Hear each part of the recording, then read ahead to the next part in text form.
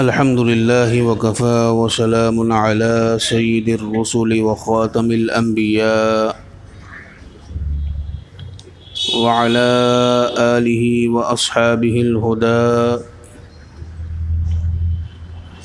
يا رب صل وسلم دائما أبدا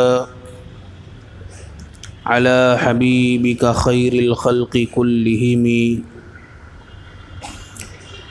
قال الله تبارك وتعالى في القرآن الكريم: أعوذ بالله من الشيطان الرجيم. بسم الله الرحمن الرحيم. إن تجتنبوا كبائر ما تنهون عنه نكفر عنكم سيئاتكم وندخلكم مدخلا كريما. صدق اللہ العظیم. برادران محترم، سامعین مکرم،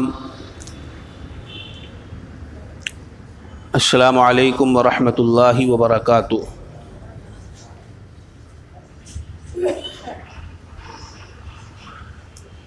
اللہ کا فضل ہے، اس کا انعام و اکرام ہے کہ اس نے ہمیں اور آپ کو حضور نبی کریم جناب محمد الرسول اللہ صلی اللہ تعالی علیہ وسلم جیسا ہادی اور پیشوا عطا فرمایا.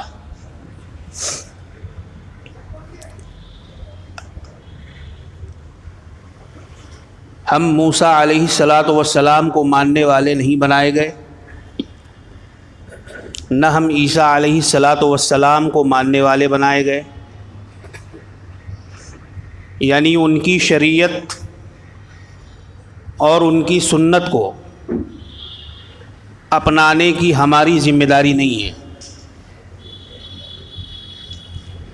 اگرچہ حضرت عیسیٰ علیہ السلام کا مرتبہ اور مقام بہت بلند ہے، نبی ہونے کے اعتبار سے، رسول ہونے کے اعتبار سے، صاحب وحی خدا ہونے کے اعتبار سے، لیکن شریعت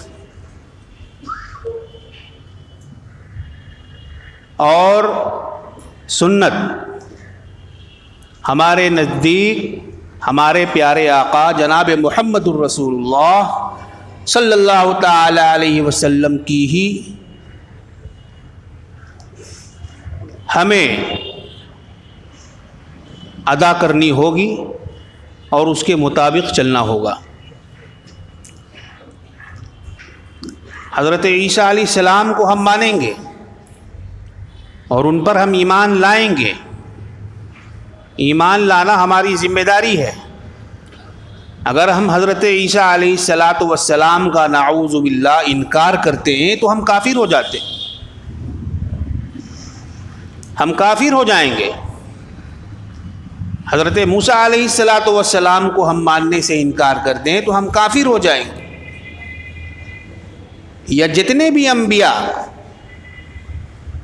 اور رسل اعلی نبینا علیہ السلام اس دنیا میں تشریف لائے، اگر ہم ان کا انکار کر دیں تو ہم کافر ہو جائیں اور ہمارے کفر میں کسی طرح کا کوئی شک و شبہ باقی ہی نہ رہے. لیکن ہمیں حکم یہ دیا گیا ہے کہ ہم تمام نبیوں کو مانیں، تمام پیغمبروں کو مانیں، ان کی رسالت کو تسلیم کریں، ان کی نبوت کو تسلیم کریں، ان کی صداقت کو تسلیم کریں، ان کی امامت کو تسلیم کریں. یہ ہماری ذمہ داری ہے. ہمارے نزدیک تمام نبی برابر کے، ہم تمام کو مانیں گے، ہم تمام کو مانیں گے، لیکن پیروی صرف محمد الرسول اللہ صلی اللہ تعالی علیہ وسلم ہی کی کریں گے. ابھی کرسمس کا دن گزرا، ہم میں سے بہت سے لوگوں نے دیکھا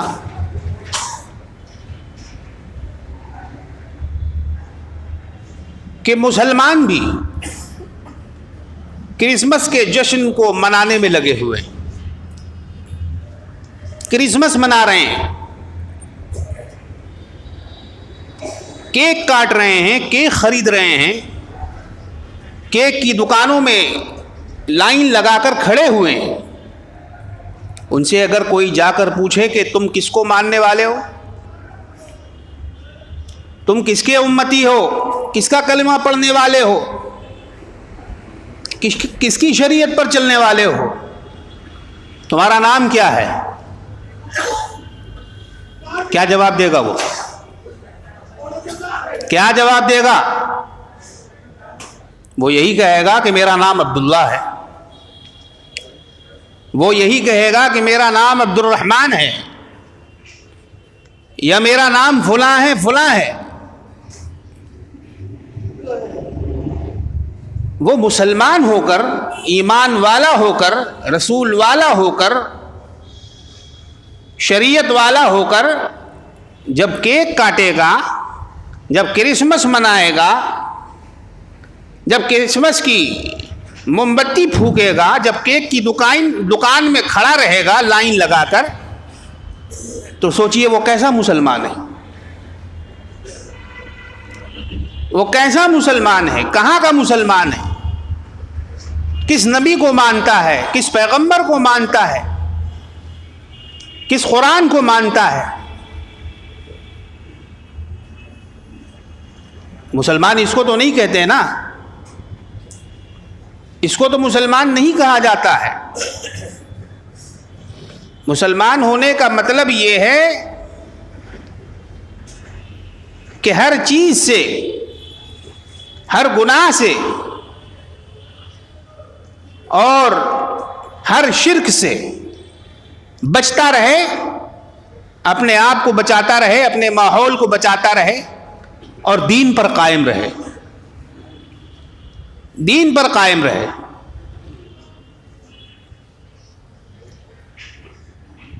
اس کو تہجد پڑھنے کی ضرورت نہیں ہے، رات رات بھر قیام کرنے کی ضرورت نہیں ہے۔ وہ اگر 5 وقت کی صحیح سے پابندی کے ساتھ نماز پڑھ لے گا تو اس کا بیڑا پار ہے، اس کو اور کسی مجاہدے کی ضرورت نہیں۔ لیکن جو کرتا ہے وہ کرے، جو کرنا چاہتا ہے، جو آگے بڑھنا چاہتا ہے، جو اپنے دینی معاملات کو ترقی پہنچانا چاہتا ہے، اس کے لیے اجازت ہے، دروازہ کھلا ہوا ہے۔ لیکن جو شخص 5 وقت کی نماز پڑھ لے اور پابندی کے ساتھ پڑھ لے، ہمارے یہاں آج کے ماحول میں نماز کو تو بالکل کچھ نہیں سمجھا جا رہا ہے، نماز کوئی حیثیت گویا رکھتی ہی نہیں ہے۔ اللہ ہم سب کو اس کی توفیق عطا فرمائے، سچی نماز پڑھنے کی توفیق دے، اچھی نماز پڑھنے کی توفیق دے، دل لگا کر نماز پڑھنے کی توفیق عطا فرمائے۔ مسجد میں نماز پڑھ رہا ہے، دل ہے دکان میں، مسجد میں نماز پڑھ رہا ہے، دل ہے کارخانہ میں، تو ایسی کہیں نماز ہوتی ہے؟ ایسی نماز نہیں ہوتی۔ نماز پڑھنے کے لیے ہر طرح سے توجہ اللہ کی طرف ہونی چاہیے، بالکل خدا کی طرف ہونی چاہیے، خشوع و خضوع کے ساتھ نماز ہونی چاہیے۔ ایسی نماز اللہ کو پسند ہوتی، اور ایسی نماز کہ جو بغیر خشوع و خضوع کے ہو، وہ نماز نہیں، اس نماز کا کوئی ثواب نہیں ہوگا، کوئی رزلٹ نہیں نکلے گا اس کا۔ نماز ایسی ہونی چاہیے جیسی نماز صحابہ پڑھا کرتے تھے، جیسی نماز حضرات صحابہ کرام رضی اللہ تعالی عنہم اجمعین پڑھا کرتے تھے، ویسی نماز پڑھنے کی ہمیں ضرورت ہے۔ ایسی نماز نہیں کہ ایک شخص مسجد میں آیا اور آنے کے بعد اسے پتہ چلا کہ بھائی نماز ختم ہو گئی، کہا کہ ٹھیک ہے نماز ختم ہو گئی تو کیا ہوا، قضا پڑھ لو۔ کہا کہ اب کیسے پڑھوں، 4 رکعت والی نماز ہوتی تھی، میں اسی نماز میں اپنی چاروں دکانوں کا حساب لگا لیا کرتا تھا، میری جو 4 دکان تھی اس کی میں حساب کر لیا کرتا تھا اسی 4 رکعت والی نماز میں۔ نہیں میرے بزرگوں اور دوستوں، یہ دنیا فانی ہے،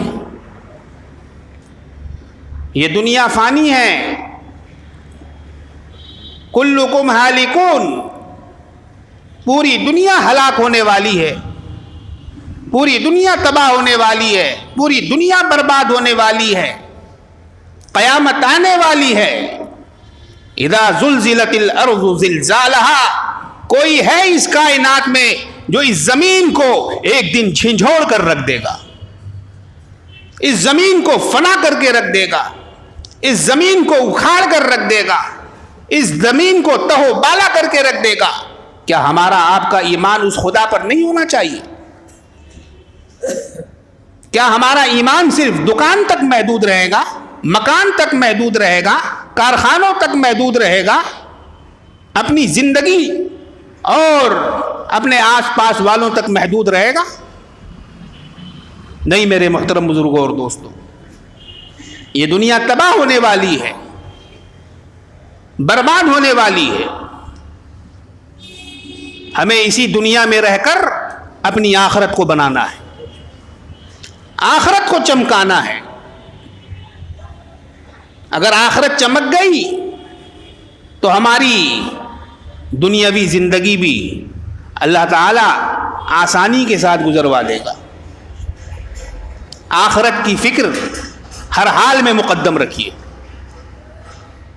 دنیا میں مصائب آتے رہتے ہیں، حالات بنتے رہتے ہیں، ان حالات کا سامنا کرتے رہنا پڑتا ہے، ان حالات کا سامنا طوعاً و کرہاً آدمی کرنے پر مجبور رہتا ہے،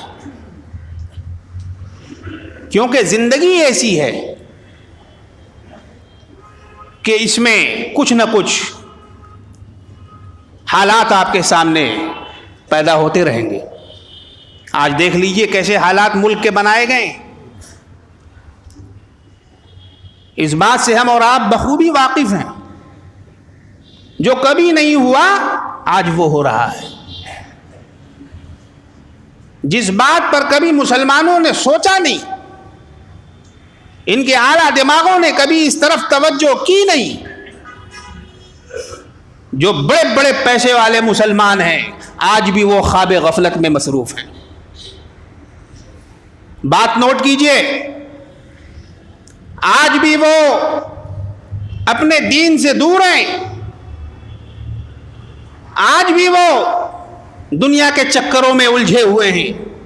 اگر ان کے یہاں شادی ہوتی ہے تو کروڑوں روپے یوں پھونک دیا کرتے ہیں کہ جیسے اس پیسوں کی کوئی اہمیت ہی نہیں۔ اس ایک شادی سے نہ جانے کتنی بچیوں کی شادی ہو جاتی، کتنے گھر آباد ہو جاتے، کتنی بچیوں کے چہروں پر خوشیاں آ جاتی، مگر آج بھی ہمیں ان چیزوں کا کوئی خیال نہیں، ان چیزوں کا کوئی خیال نہیں ہے۔ آج بھی اگر ہم اور آپ سر جوڑ کر بیٹھیں اور اس مسئلے پر گفتگو کریں تو انشاءاللہ ہمیں امید ہے کہ بہتر نتائج نکل سکتے ہیں۔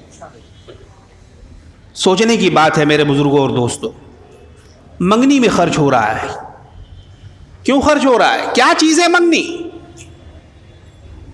سنت ہے، فرض ہے، واجب ہے، کیا ہے؟ یہ کہاں سے آیا منگنی؟ یہ منگنی کہاں سے آئی ہے؟ اسلام میں اس کا کہاں ثبوت ہے؟ حدیث و قرآن میں کہاں اس کا ذکر ہے؟ مگر منگنی میں 10-10 لاکھ اور 20-20 لاکھ اڑائے جا رہے ہیں، خواہ مخواہ خرچ کیے جا رہے ہیں۔ گناہ ہے، گناہ، گناہ ہے، اور چھوٹا موٹا گناہ نہیں ہے، بڑا گناہ ہے۔ بعض لوگ یہ سمجھتے ہیں، گناہ کی 2 قسمیں ہوتی ہیں نا، صغیرہ اور کبیرہ۔ صغیرہ کو سمجھتے ہیں کہ کچھ نہیں ہے، ارے چھوٹا گناہ ہے نا، کوئی بہت بڑا گناہ تو نہیں ہے، چلو کر نہ لو، کر لو، کیا حرج ہے، چھوٹا ہی گناہ تو ہے۔ نہیں میرے محترم بزرگوں اور دوستوں، گناہ گناہ ہوتا ہے، چھوٹا ہو چاہے بڑا ہو۔ بچھو اگر چھوٹا ہو تو کیا ڈنک نہیں مارے گا؟ ڈنک مارے گا نا۔ جس طرح سے چھوٹا بچھو ڈنک مار سکتا ہے، اسی طرح سے بڑا بچھو بھی ڈنک مار سکتا ہے۔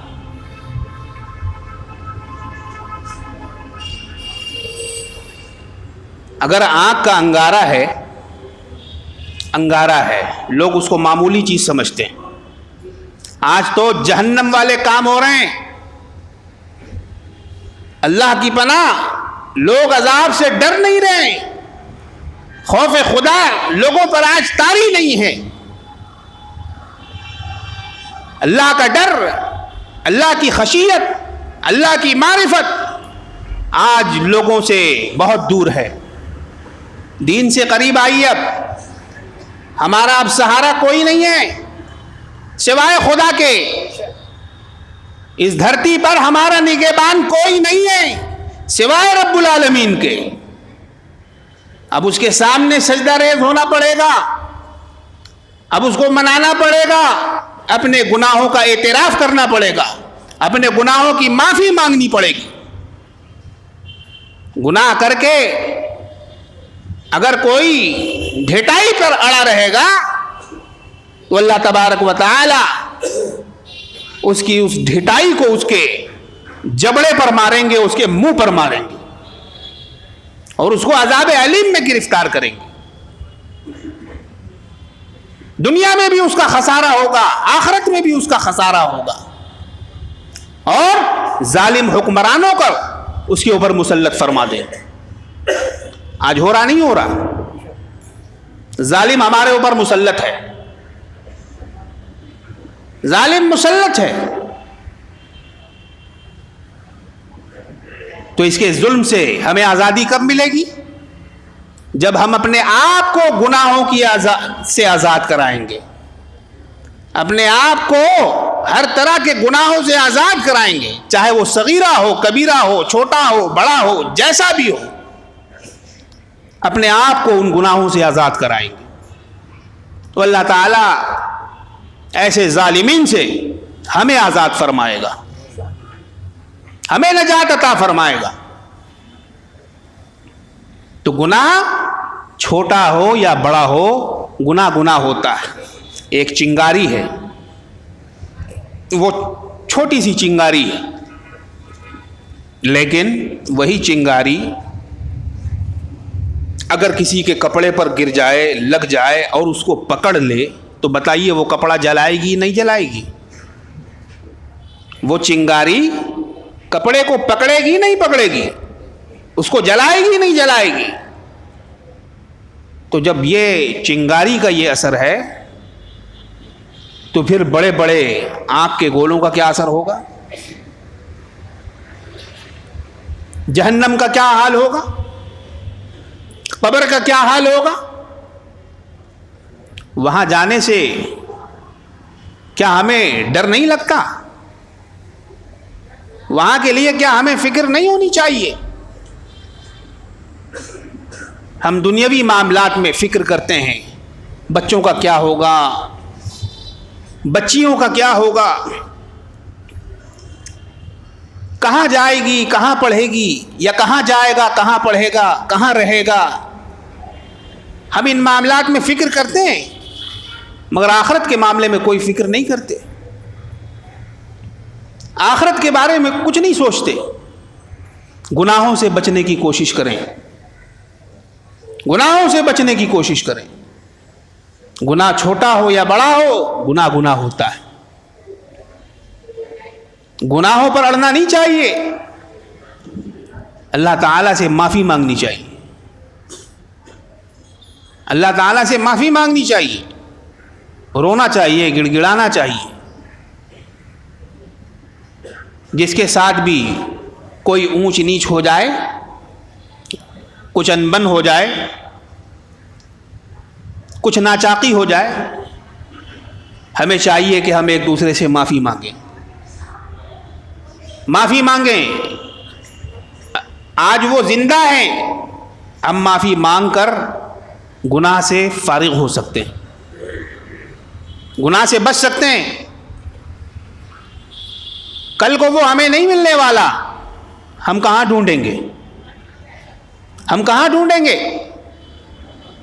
آج موقع ہے، آج اللہ تعالیٰ نے وقت دیا ہے، ہمیں چاہیے کہ ہم ایک دوسرے کو معاف کرتے رہیں۔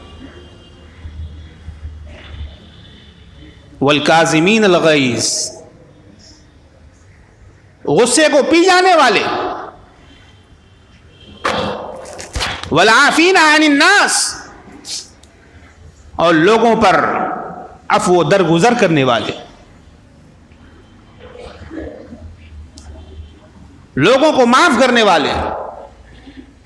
جو معاملات ہوئے ہیں اس کو ختم کر دینے والے۔ مگر آج ہمارے سماج میں ان چیزوں پر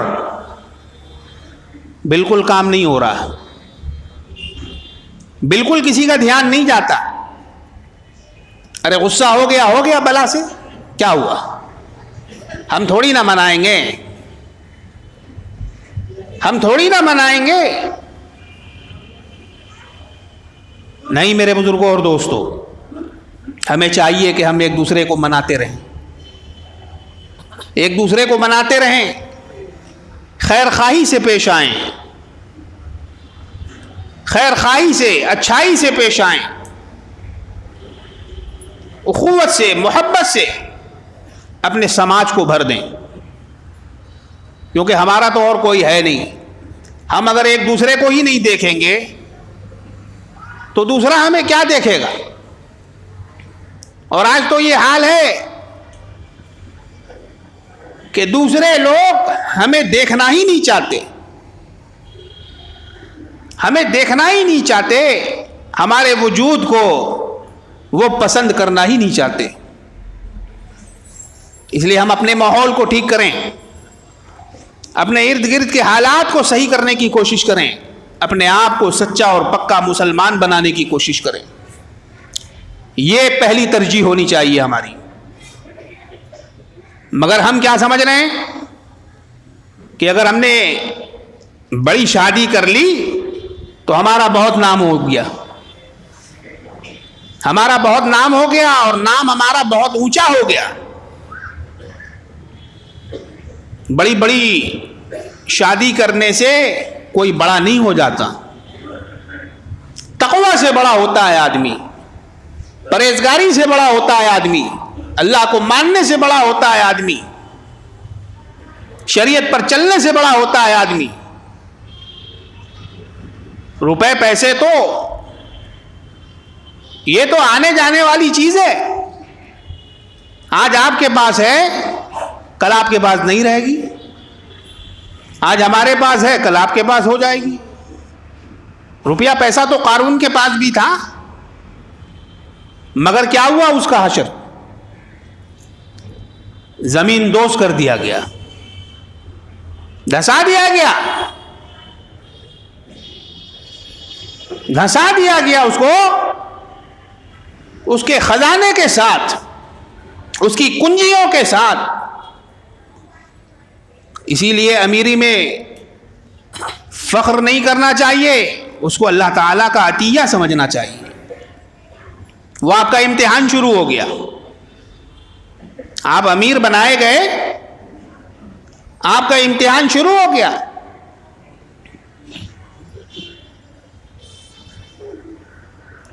ایک صاحب بہت امیر تھے،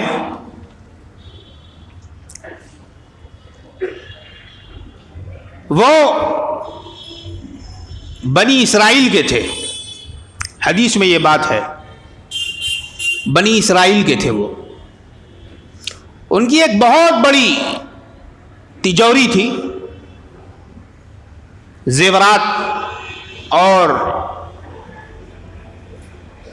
ہیرے جواہرات رکھنے کے لیے ایک بہت بڑی ان کی تجوری تھی، اور اس تجوری کے باہر ایک دربان ہوا کرتا تھا، وہ اس کی دربانی اور نگرانی کرتا تھا۔ یہ صاحب اندر گئے چیک کرنے کے لیے، اندر چیک کرنے کے لیے گئے، اتفاق سے وہ دربان اس جگہ موجود نہیں تھا۔ یہ اندر چلے گئے اور اندر سے انہوں نے لاک کر لیا۔ دربان آیا، اپنا بیچارہ حسب دستور اپنی جگہ پر بیٹھ گیا، اس کو کچھ نہیں پڑھنا، اور وہ صاحب اندر چلے گئے۔ انہوں نے سب کچھ گنا اور اس کو ٹھیک ٹھاک کیا، حساب کتاب لگایا، اور یہ سب کرنے کے بعد وہ جب باہر آنے لگے تو دیکھا کہ دروازہ لاک ہو گیا ہے، دروازہ لاک ہو گیا ہے، دروازہ کھل نہیں رہا۔ مگر اتنا موٹا دروازہ تھا اور اتنا بڑا دروازہ تھا کہ اس دروازے کے آر پار کسی کی آواز نہیں پہنچ پاتی تھی۔ بیچارہ چیختا رہا، چلاتا رہا، لیکن اس کی آواز اس دربان نے نہیں سنی۔ نتیجہ یہ نکلا کہ اسی خزانے میں اس کی موت واقع ہو گئی، اسی خزانے میں اس کی موت واقع ہو گئی۔ زیورات اس کو بچا نہیں سکے، ہیرے جواہرات اس کو بچا نہیں سکے، اشرفیاں اس کو بچا نہیں سکی، روپے پیسے اس کو بچا نہیں سکے۔ پتہ کیا چلا؟ پتہ یہ چلا کہ ان پیسوں پر جو گھمنڈ کرتا ہے، جو ان چیزوں پر گھمنڈ کرتا ہے، جو ان کو بڑا سمجھتا ہے، جو ان کو گاڈ سمجھتا ہے، جو ان کو سب سے اعلیٰ چیز سمجھتا ہے، وہ بہت بڑے خسارے اور بہت بڑے دھوکے میں، وہ بہت بڑے دھوکے میں۔ گناہوں سے توبہ کرنے کی ضرورت ہے۔ التائب من الذنب کمن لا ذنب لہ،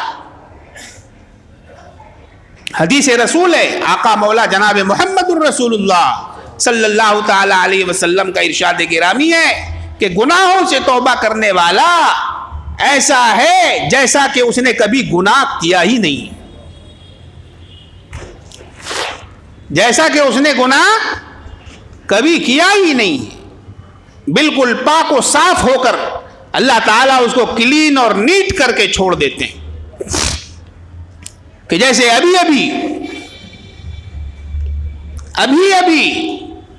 یہ بچہ دنیا میں آیا ہو اور ابھی اس کی ماں نے اس کو جنا ہو۔ اللہ تعالیٰ بالکل اس طرح سے پاک کر دیتے ہیں۔ مگر یہ کس گناہ کے لیے؟ یہ کس گناہ کے لیے؟ صغیرہ گناہ، صغیرہ گناہ کے لیے۔ وہی چنگاری جس کو ہم چھوٹا سمجھتے ہیں، وہ چھوٹا نہیں ہے، وہ چھوٹا نہیں ہے، بہت بڑا ہے۔ میرے محترم بزرگوں اور دوستو، میں نے شروع میں جس آیت کریمہ کی تلاوت کی ہے، اللہ تبارک و تعالی نے اس میں یہی بات ارشاد فرمائی ہے، ان تجتنبوا کبائر ما تنہون عنہ، اگر تم لوگ بڑے بڑے گناہوں سے بچو گے، ما تنہون عنہ جس سے تمہیں روکا گیا ہے، نکفر عنکم سیئاتکم تو تم سے ہم چھوٹے چھوٹے گناہ بھی دور کر دیں گے۔ دیکھیے ہے نا پتے کی بات، ہے نا سمجھنے کی بات، ایسا نسخہ ہے کسی کے پاس، کسی اور مذہب والے کے پاس ہے، عیسائیوں کے پاس ہے، یہودیوں کے پاس ہے، غیر مسلموں کے پاس ہے؟ نہیں، قرآن کریم میں، ہمارے مذہب میں اس طرح کے ہزاروں، سینکڑوں اور لاکھوں نسخے موجود ہیں، مگر ہم ایسے مریض ہیں کہ مرنا پسند کرتے ہیں، جینا پسند نہیں کرتے، مرنا پسند کرتے ہیں، جینا نہیں پسند کرتے۔ اصل زندگی کیا ہے؟ موت کے بعد ہے۔ یہ ٹریلر ہے، ٹریلر ہے، یاد رکھیے، یہ سیمپل ہے دنیاوی زندگی، یہ سیمپل کے طور پر ہے۔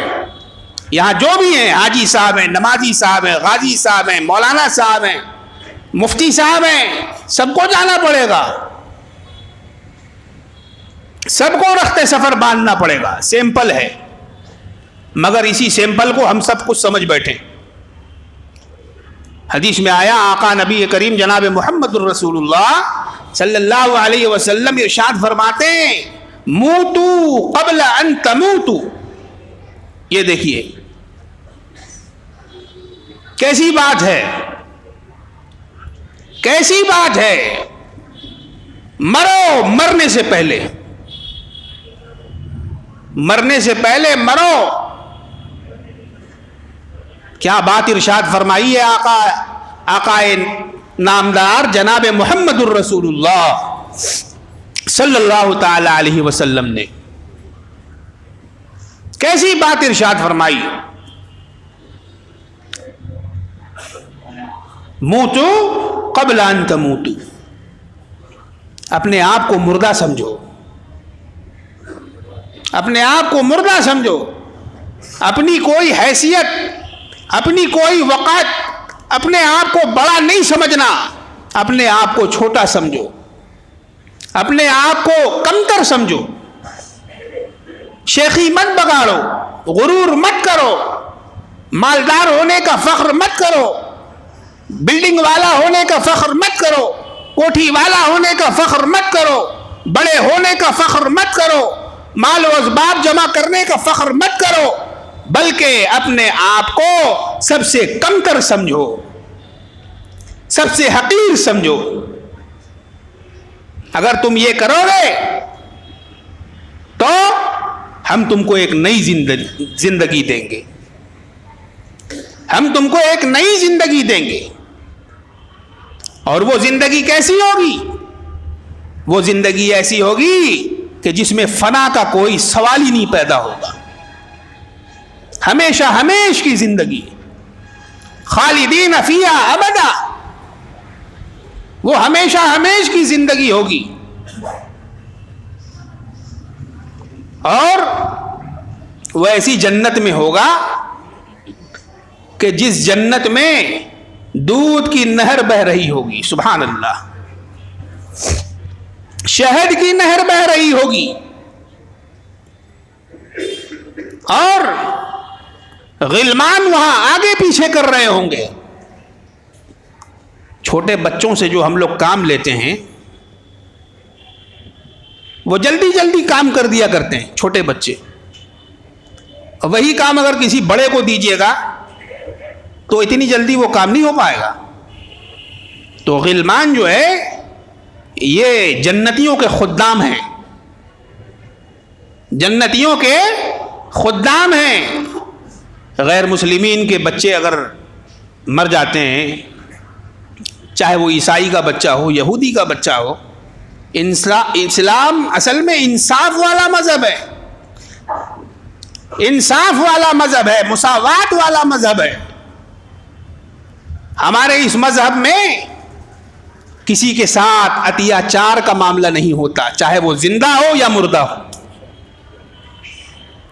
آج جس طرح سے ہمارے ساتھ اتیاچار ہو رہا ہے، ہمارے ساتھ ناروا سلوک ہو رہا ہے، ہمیں ظلم و ستم کا نشانہ بنایا جا رہا ہے. خدا کی قسم مسلمانوں نے اس دھرتی پر 900 برس حکومت کی ہے، لیکن تاریخ گواہ ہے کسی کو ہم نے آج تک نقصان نہیں پہنچایا.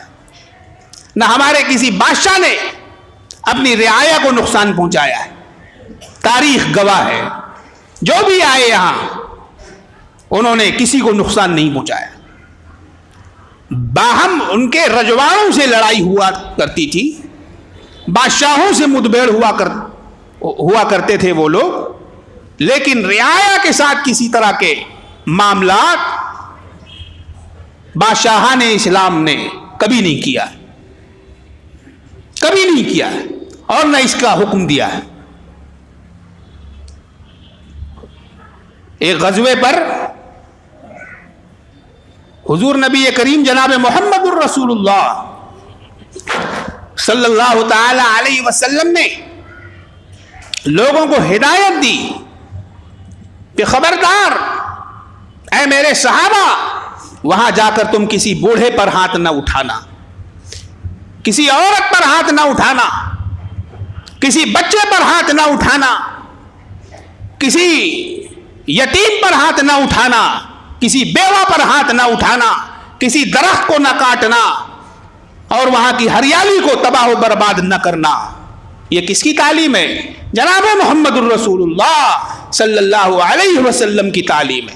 آج اس تعلیم کا کوئی مقابلہ کرے تو آئے اور مقابلہ کر کے دکھائے. کسی کے پاس مقابلہ کرنے کی کوئی ہمت و جرت نہیں ہے. اسلام جو سبق سکھاتا ہے، اسلام جو سبق پڑھاتا ہے، دنیا میں آج تک اسلام کے جیسا کسی کے پاس کوئی سبق موجود نہیں، کسی کے پاس کوئی سبق موجود نہیں. مگر افسوس ہے کہ ہم مسلمانوں نے اپنے اسباق کو بھلا رکھا ہے، اپنے اسباق کو بھلا رکھا ہے. ہمیں چاہیے کہ ہم اپنے اسباق کو یاد کریں، اپنے اسباق کو یاد کریں، اپنے بڑوں کو یاد کریں، صحابہ کو یاد کریں، ان کی زندگیوں کو یاد کریں، ان کی قربانیوں کو یاد کریں، ان کی جفاکشی کو یاد کریں، ان کے حالات زندگی کو یاد کریں اور ان سے سیکھیں اور اپنی زندگی کو بنائیں، اپنی زندگی کو سجائیں، اپنی زندگی کو آباد کریں. شادی کا منڈپ آباد کرنے سے اور شادی کے منڈپ کو سجانے سے آپ دیندار بن جائیں گے یا آپ کا نام پیدا ہو جائے گا؟ یہ نہیں ہوگا، کیونکہ منڈپ تو ایک دن میں ختم ہو جائے گا، وہ اسٹرکچر تو ایک دن میں ختم ہو جائے گا. مگر آپ نیکیوں کے ذریعے سے اپنے آپ کو آراستہ کریں گے اور اپنے دین کو صحیح طریقے سے دین پر عمل کرنے کی کوشش کریں گے تو یہ ذخیرہ آخرت ہوگا جو آپ کو آپ کے قبر میں بھی کام آئے گا اور میدان حشر میں بھی کام آئے گا. تو کیا عرض کر رہا تھا، یہ جو غلمان ہوتے ہیں ان کے ساتھ بھی اللہ تعالی نے انصاف فرمایا ہے. یہ غلمان وہی ہوں گے، کافروں کے بچے، یہودیوں کے بچے، عیسائیوں کے بچے، یا مسلمان کا وہ بچہ جو ابھی چھوٹا ہے، نابالغ ہے، یہ ایسے بچے وہاں خدمت کریں گے، جوس لالا کر دیں گے، مچھلی کا کباب کھلائیں گے. اسٹارٹر کھانے والوں منہ سے لار ٹپک رہا ہے کیا؟ خوش ہونے کی بات ہے، یہ جنت میں اللہ تعالیٰ انتظام فرمائے گا. مچھلی کے کباب سے، مرغ کے کباب سے وہاں بھی انشاءاللہ اسٹارٹر ملے گا. مگر یہاں تو پہلے اپنے آپ کو اسٹارٹ کر لیجئے، یہاں اسٹارٹ کر لیجئے، اللہ تعالیٰ انشاءاللہ وہاں آپ کے اسٹارٹر کا انتظام فرما دے گا۔ تو یہ بچے جو ہوتے ہیں یہ چھریرے بدن کے ہوتے ہیں، جلدی جلدی بھاگ دوڑ کر لیتے ہیں، اور وہی کام اگر کسی بڑے کو دیا جائے تو اس سے جلدی جلدی نہیں ہوگا، مگر چھوٹا بچہ وہ جلدی جلدی کر لے گا۔ تو جنت میں اللہ تبارک و تعالی دنیا میں گناہوں سے بچے رہنے والوں کا اس طرح سے انتظام فرمائیں گے۔ اس لیے ہمیں چاہیے کہ ہم اپنے آپ کو گناہوں سے بچائیں، چاہے چھوٹا گناہ ہو چاہے بڑا گناہ ہو، جیسا بھی گناہ ہو ہمیں چاہیے کہ ہم اپنے آپ کو گناہوں سے بچائیں۔ اللہ تعالیٰ نے قرآن کریم میں یہی ارشاد فرمایا، ان تجتنبوا کبائر ما تنہون عنہ نکفر عنکم سیئاتکم وندخلکم مدخلا کریما۔ آپ کو اللہ تبارک و تعالی باعزت مقام عطا فرمائے گا، باعزت جگہ عطا فرمائے گا، ایسی جگہ عطا فرمائے گا کہ آپ نے دنیا میں ویسی جگہ کہیں دیکھی ہی نہیں ہوگی۔ میرے محترم بزرگوں اور دوستوں، ہمیں چاہیے کہ ہم اپنے آپ کو ہر طرح سے گناہوں سے دور رکھیں اور گناہوں سے بچنے کی کوشش کریں۔ امت میں ایسے لوگ بھی دنیا میں پیدا ہوئے ہیں، ایسے لوگ بھی پیدا ہوئے ہیں کہ جن کی پوری زندگی 20 سال 25 سال ایسی گزری کہ فرشتوں نے ان کا ایک بھی گناہ نہیں لکھا، ایک بھی گناہ نہیں لکھا۔ امام اعظم امام ابو حنیفہ رحمۃ اللہ علیہ کے بارے میں آتا ہے کہ وہ عشاء کے وضو سے فجر کی نماز پڑھا کرتے تھے، فجر کی نماز پڑھا کرتے تھے۔ یہ کیسے ہوتا ہے؟ کیسے ہوتا ہے؟ یہ اپنے آپ کو اللہ کی راہ میں قربان کرنے سے ہوتا ہے، مجاہدہ کرنے سے ہوتا ہے۔ امام اعظم ابو حنیفہ رحمۃ اللہ علیہ کوئی فرشتے تھے یا کوئی جن تھے؟ نہیں، وہ بھی انسان تھے، وہ بھی آدمی تھے، لیکن انہوں نے اپنے آپ کو ایسا بنا لیا تھا، ایسا بنا لیا تھا، اپنے آپ کو اس سانچے میں ڈھال لیا تھا۔ آج بھی اگر کوئی ورزش کرنے والا ہے، کوئی جم کرنے والا ہے، کوئی پہلوان ہے، تو اس کی باڈی کیسے کٹنگ کی ہوتی ہے، کٹنگ کی ہوئی ہوتی ہے، دیکھا آپ نے؟ ہماری آپ کی نہیں ہے۔ کیوں؟ ہم نے اپنے آپ کو ویسا نہیں بنایا، مگر اس نے اپنے آپ کو ویسا بنا لیا، اس لیے وہ اس سانچے میں ڈھل گیا ہے۔ میرے محترم بزرگوں اور دوستوں، اس لیے ہمیں اور آپ کو چاہیے کہ ہم بھی اپنے آپ کو دین کے سانچے میں ڈھالیں، شریعت کے سانچے میں ڈھالیں، اسلام کے سانچے میں ڈالیں، قرآن سے لو لگائیں اور اپنے پیارے رسول جناب محمد الرسول اللہ صلی اللہ تعالی علیہ وسلم کی سیرت پر اور سنت پر چلنے کی کوشش کریں۔ اللہ تعالی ہماری اس کوشش کو برابر کرے گا۔ وآخر دعوانا ان الحمد للہ رب العالمین۔